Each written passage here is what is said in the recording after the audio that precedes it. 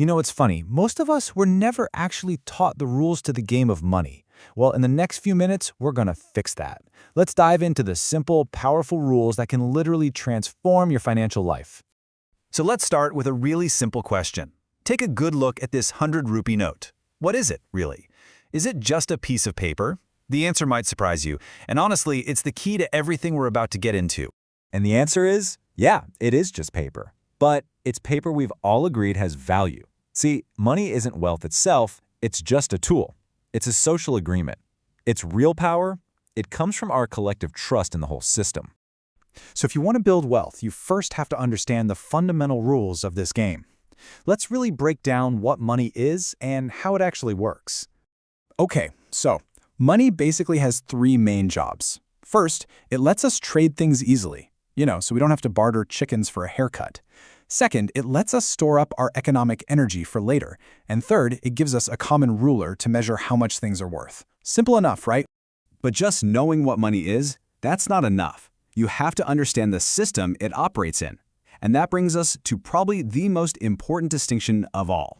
This right here is the critical difference between income and wealth. Income is what you get paid for your time, your salary. The moment you clock out for the last time, it stops. Wealth, on the other hand, is when you own assets that make money for you, whether you're working, sleeping, or on a beach somewhere. That is the real goal. But here's the thing. There's a silent enemy working against you, 24/7, trying to eat away at the value of your money. It's called inflation. And this quote says it all. If your money is just sitting there, not growing, you are slowly but surely getting poorer. And if you want to see just how sneaky this enemy is, look at this. The 100 rupees in your pocket today might only buy you what 45 rupees buys in just 10 years.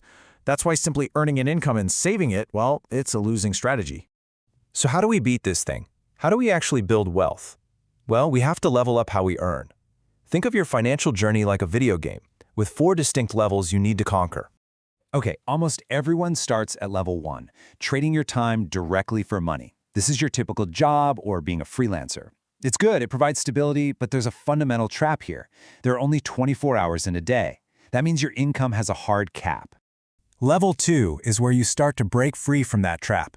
You're not just selling your time anymore. You're selling a high-value skill. A great programmer, a sharp designer, a persuasive salesperson. They can earn 10, 20 times more in the exact same hour as someone with a basic skill. At this level, you start to control your value. Now, level 3. This is where things get really interesting. This is where true scale begins. You stop being the one doing all the work and you start building systems, a business that works for you. Think an online store, a content brand, a software app. These things can make money 24/7, whether you're there or not. And finally, we get to the boss level, level 4. This is the mindset of the truly wealthy. You take all the money you earn from the other levels and you put it to work. Your money becomes your employee, going out there and generating more money through investments. This is where the real magic of compounding happens. Okay, so that's all the theory, but how do you actually start leveling up? It's time to go from learning to doing. So here it is, your simple 3-step mission, should you choose to accept it. It really isn't complicated. It all boils down to just these 3 things. Get a handle on your spending, pay yourself first, and then invest what you save. Let's quickly break each one down.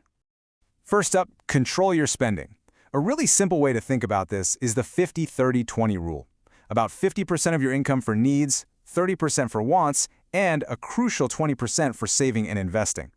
But look, if 20% feels like too much right now, don't worry about it. Just start with 5%. The amount isn't as important as building the habit.